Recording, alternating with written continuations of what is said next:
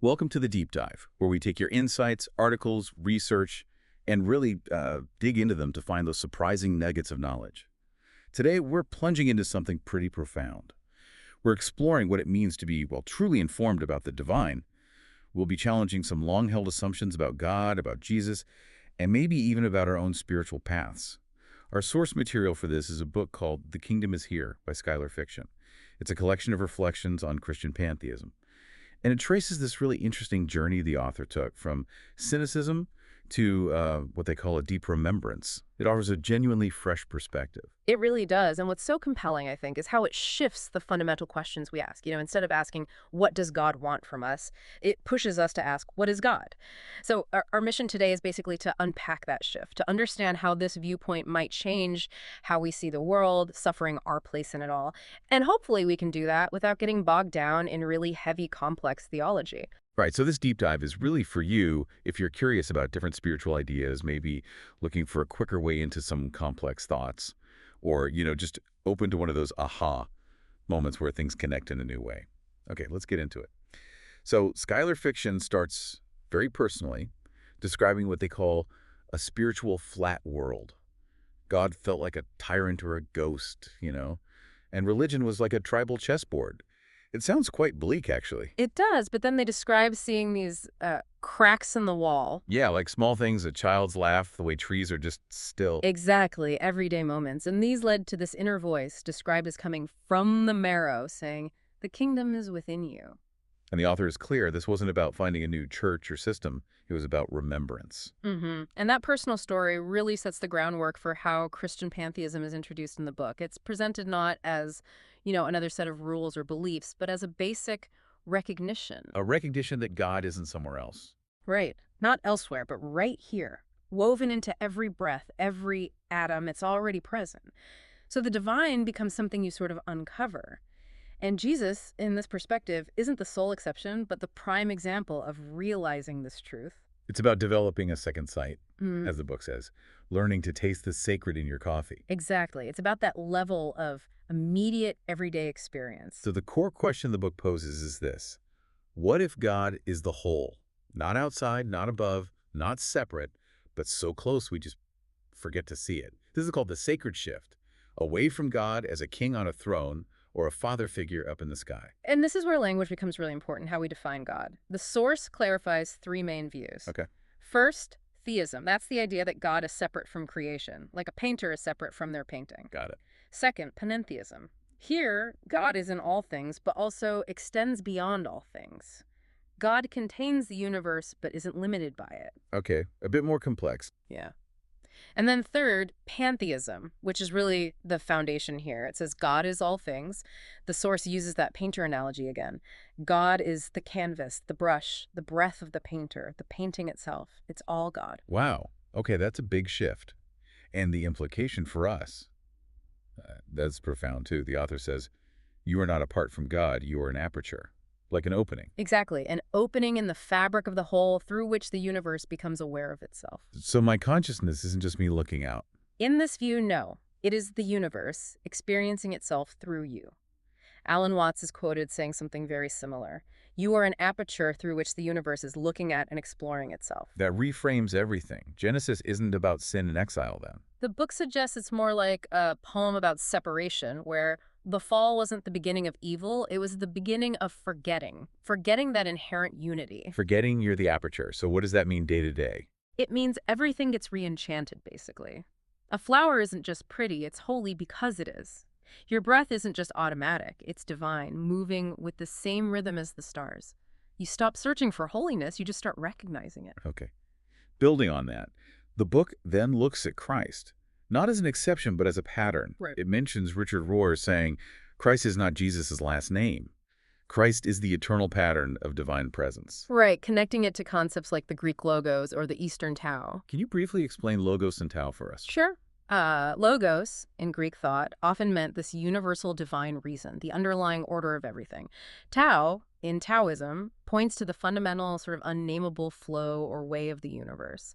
The book suggests Jesus embodied this universal pattern. He came to reveal her, meaning this divine presence, not to corner the market on God, so to speak. Not to monopolize God, yeah. And it quotes the Gospel of Thomas, which is, one of those early texts not in the Standard Bible. Logan 77 says, "Split a piece of wood and I am there. Lift up the stone and you will find me there." Implying divinity is just everywhere, in everything. Exactly. It's inherently present. So this changes the whole dynamic. It's not God watching you. But God watching as you. That's the phrase the book uses. Okay, so how does that impact something like prayer or salvation? Well, prayer shifts. It becomes less about asking an external being for things and more about falling into presence here and now, recognizing the divine that's already within and around you. And salvation, not escaping earth. No, salvation becomes seeing earth clearly, a present unveiling of its sacredness. It's about waking up to this reality, not escaping from it. The author puts it really powerfully. Jesus wasn't a God to be worshipped. He was a mirror to be held. A Christ of reflection. And this view finds support in texts like the Gospel of Thomas, where Jesus sounds much more like a mystic. Saying things like, the kingdom is not coming with signs to be observed. The kingdom is within you. Right. It dissolves that boundary we often imagine between heaven and here. And this kingdom consciousness, the Sermon on the Mount, is key to understanding that, right? Matthew 5-7. Absolutely. The book frames it not a list of laws, but as a portrait of the kingdom consciousness.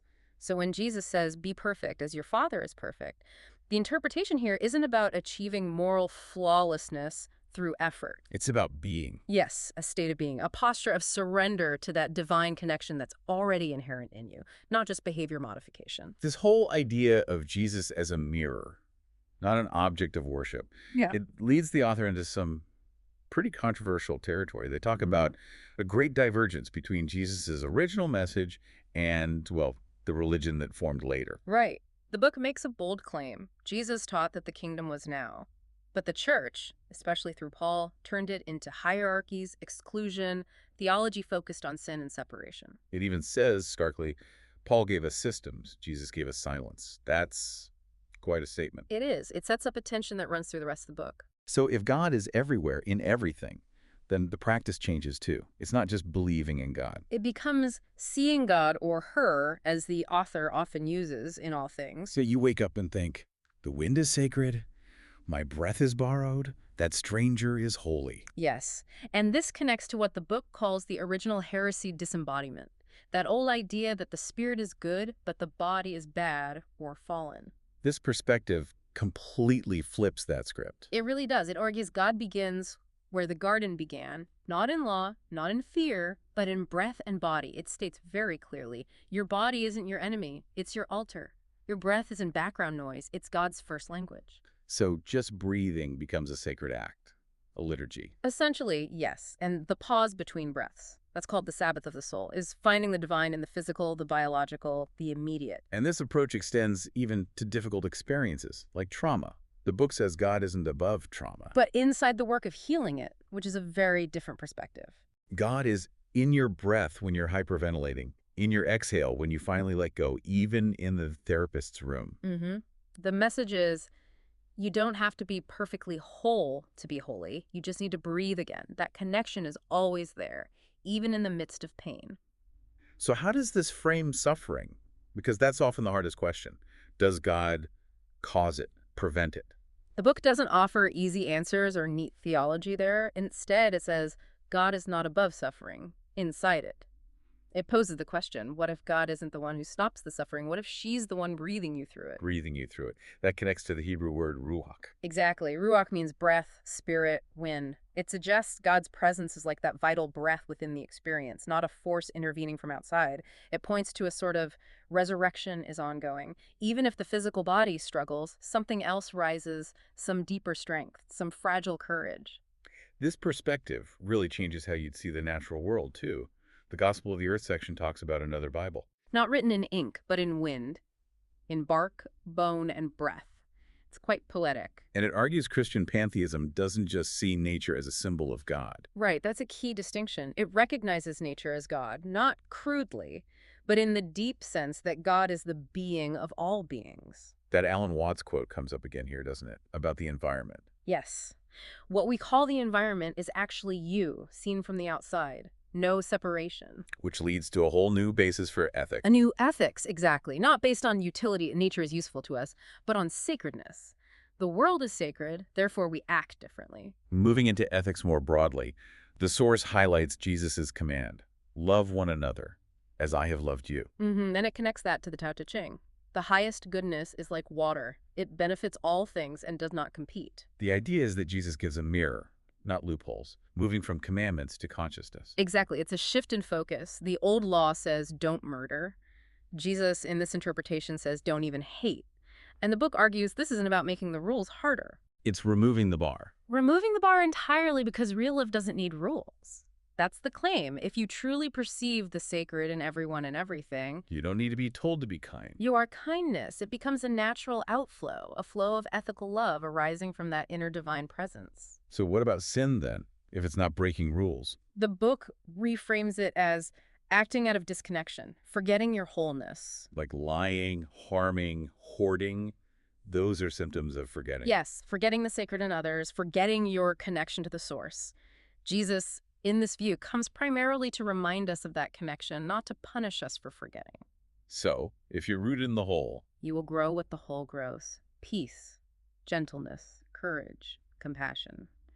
But not as a performance, the book stresses, as overflow. the ultimate command then becomes simple. Be love. Because God is love, and God is the whole. It's about aligning with that fundamental reality. Okay, so this idea that heaven is here is really central. Jesus saying the kingdom of God is within you. Right. The author emphasizes heaven isn't somewhere else. It's right here, but you have to wake up to see it. And eternal life isn't about duration after death, necessarily. It's more about the quality of awareness now, an awareness that breaks the illusion of separation. Like that Alan Watts point, if you weren't fully alive now, how could you handle eternity? So if heaven is realizing connection, what's hell in this view? Hell is defined as disconnection. Living in the prison of perception as if you are separate. It's a state of being, not a location. So heaven is the return, the realization, not a reward you earn. Exactly. Which stands in stark contrast to what the author calls escapist theology, the idea you endure suffering now for a reward later. The book argues Jesus never taught that. He said the kingdom of heaven is at hand. It's accessible now. Which brings us to prayer again. The chapter Prayer Without Words, Worship Without Walls suggests alternatives if old ways feel flat. It says, basically, if words fail, you pray without words. You worship without walls. Just by breathing. Yes. Every inhale is receiving the gift of being. Every exhale is returning to the whole.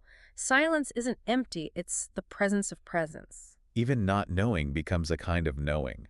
That sounds very mystical. It is, and it extends to daily activities. Work becomes devotion. Cooking can be communion. Cleaning can be prayer.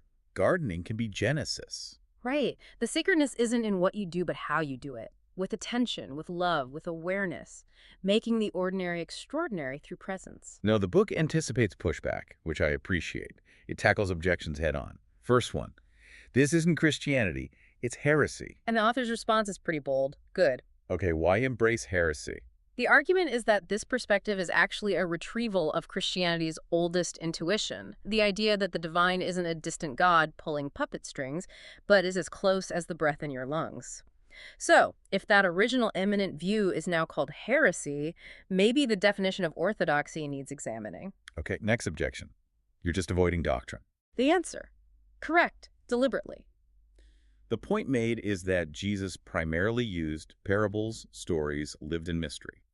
He didn't hand out doctrinal statements. So the doctrine here is deliberately simple. Very simple. God is the whole. Christ is the pattern. You are not separate. That's presented as the core. What about sin and judgment? People ask that. Where is sin in all of this? We touched on this. Sin is redefined as amnesia, forgetting your divine origin. And judgment. It's the natural harvest of that forgetting, the consequences of living disconnected. But grace is always available through remembering. And Jesus' role isn't to judge with a sword. The book says he absorbed judgment, showing a different way. Then there's the concern. Pantheism eliminates transcendence. Where's the awe? The response is that this is a false dichotomy. Transcendence, God beyond, isn't threatened by immanence, God within. God can be both. Both. The ground and the sky, the tree and the seed, the silence and the scream. The awe comes from realizing God is in all of it, the vast and the intimate. This leads back to that Jesus versus Paul idea, the great divergence. It paints quite different pictures. It really does. Jesus as the voice in the dirt, talking about lilies, nature, dismantling structures. Versus Paul as the architect, bringing systems, rules, hierarchy, original sin, headship theology, church hierarchy. Yeah, the source highlights tensions. Jesus, blessed are the peacemakers. Paul, or writings attributed to him, I did not come to bring peace, but a sword. Jesus focusing on the poor. Paul telling women to be silent in churches. And the argument is that the Roman Empire preferred Paul's structure. That's the claim. Empire chose Paul because it needed clarity, order, hierarchy for easier control, not Jesus's often paradoxical or challenging teachings. So, Christian pantheism, as presented here, consciously chooses to follow the man who knelt in the dirt, choosing the soil over the scaffold of rigid structure. Okay, so let's bring this down to earth. Everyday mysticism. How does this look in practice? It means you don't need special places or people. The sacred is accessible right where you are. Like, washing your hands becomes a baptism. When putting on your shoes becomes a pilgrimage. Exactly. Infusing the mundane with presence. Even just walking can be meditation if you slow down enough. A tree becomes a cathedral. And words aren't always needed. It mentions the cloud of unknowing and Taoism. Right. Both traditions emphasize that the divine is often known beyond language, through love or direct experience. God is not known by thought, but by love. Or, the moment you name the way, it's no longer the true way. So the book suggests 3 core practices. Yeah, simple ones. Stillness practice, finding moments of quiet, earth prayer, connecting with nature, and compassion offering, acting out of love. This embraces complexity too, right? The play of paradox. Definitely. Paradox isn't seen as a problem to fix, but a portal to be entered. Jesus himself is a paradox in sandals. Poor but called king, human yet divine. It asks you to hold seemingly contradictory truths together, like power is perfected in weakness, life comes through death. Which leads to that difficult pantheist dilemma. Is God in the terrible things too? The mystic perspective here doesn't shy away. It acknowledges the horror, but maintains God is not the author of pain, but that even pain sings back to her. It's a theology of integration, not escape. A radical acceptance that there is nothing outside of God, not even what you wish wasn't there, finding presence even there. And this path isn't linear.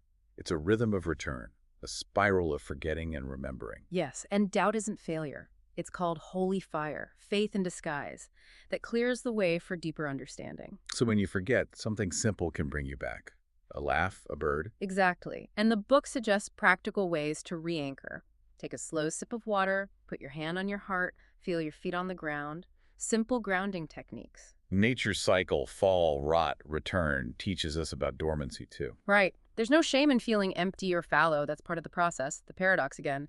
Seek less to find more. Letting go allows space for presence. I found the connection to modern life really sharp. The gospel, according to AI. Yeah, asking, what does it profit a person to gain the whole network but lose their soul? God is not trending. She's not optimized. She's not available in 30-second reels. It's positioning Christian pantheism as fundamentally anti-simulation, a callback to embodied present reality in a world pushing us towards the virtual. The book also includes a letter to the doubter, which feels very compassionate. It is. It affirms the doubter, saying, God believes in you. Like remembrance, like breath.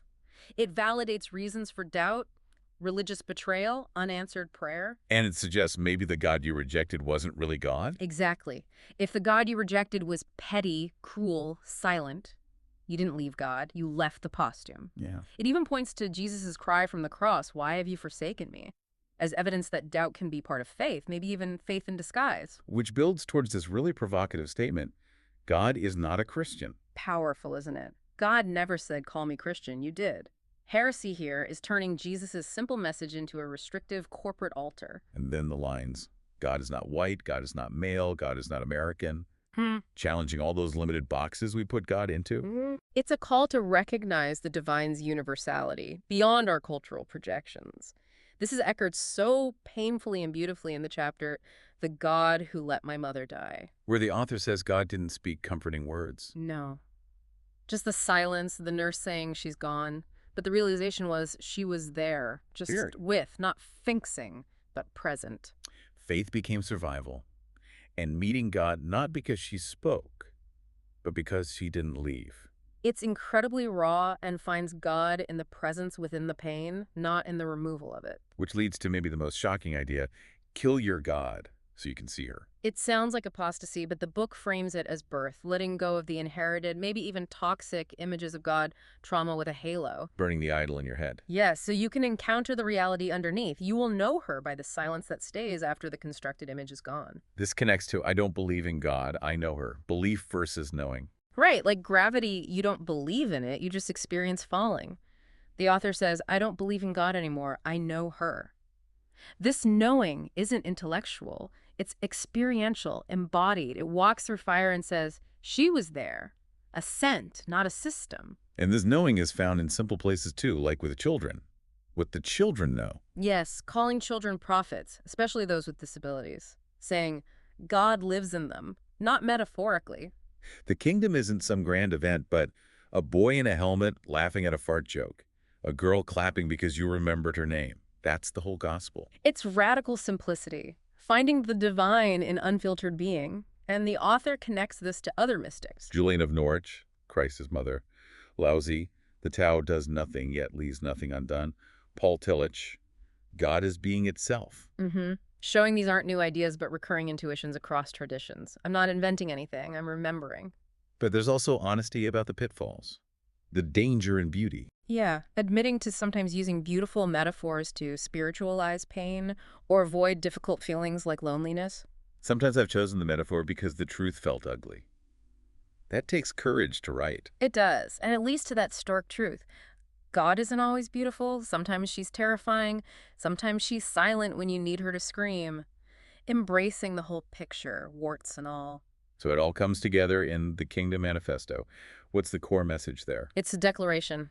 This is the kingdom, not a place, a pulse. It's not a reward, a remembering, not someday, now. It's about unlearning separation, seeing forgiveness as essential as oxygen, even doubt being part of the process. Yes. And the final call to action. Go into the world and become the cathedral. Live this presence. And the author faces the possibility of being wrong. If I'm wrong. A humble acknowledgement. If this view is wrong, the author hopes to have at least lived a life of deeper love and mercy than some traditional views preach. But if it is right, then the world is shimmering with God. Then the silence is not empty, but pregnant. The stakes are high in a beautiful way. It ends with a final benediction. It's not coming. It's already here. The kingdom is immediate. A touch, a breath, a moment of presence. It's tangible. Your mother's hands, the way the wind moves through trees, even the man in prison who weeps while praying for his victims. It's everywhere and everything waiting to be recognized, which leaves us, and you listening, with a question. If the kingdom really has no gate, and you're already inside it, what are you waiting for? Wow. That was, truly transformative deep dive into the kingdom is here. This idea of Christian pantheism, it really does shift things. Seeing the divine not as distant, but woven into everything. What's fascinating is how it pulls on these really ancient spiritual feelings, these intuitions, but grounds them right here in our messy, everyday lives. It pushes us to find the sacred, not just in the big dramatic moments, but in the ordinary, even the difficult ones. So what does this all mean for you listening? Maybe the real question isn't if God is present, but are you present enough to notice? Maybe this deep dive is an invitation, to look for the sacred in your next breath, your next step. It really does raise that question. If the kingdom is always now and you're already part of it, how might that actually change how you live, how you love, how you connect with everything around you, starting right now? A lot to think about there. Thank you for joining us on this pretty profound exploration. Until next time, keep diving deep.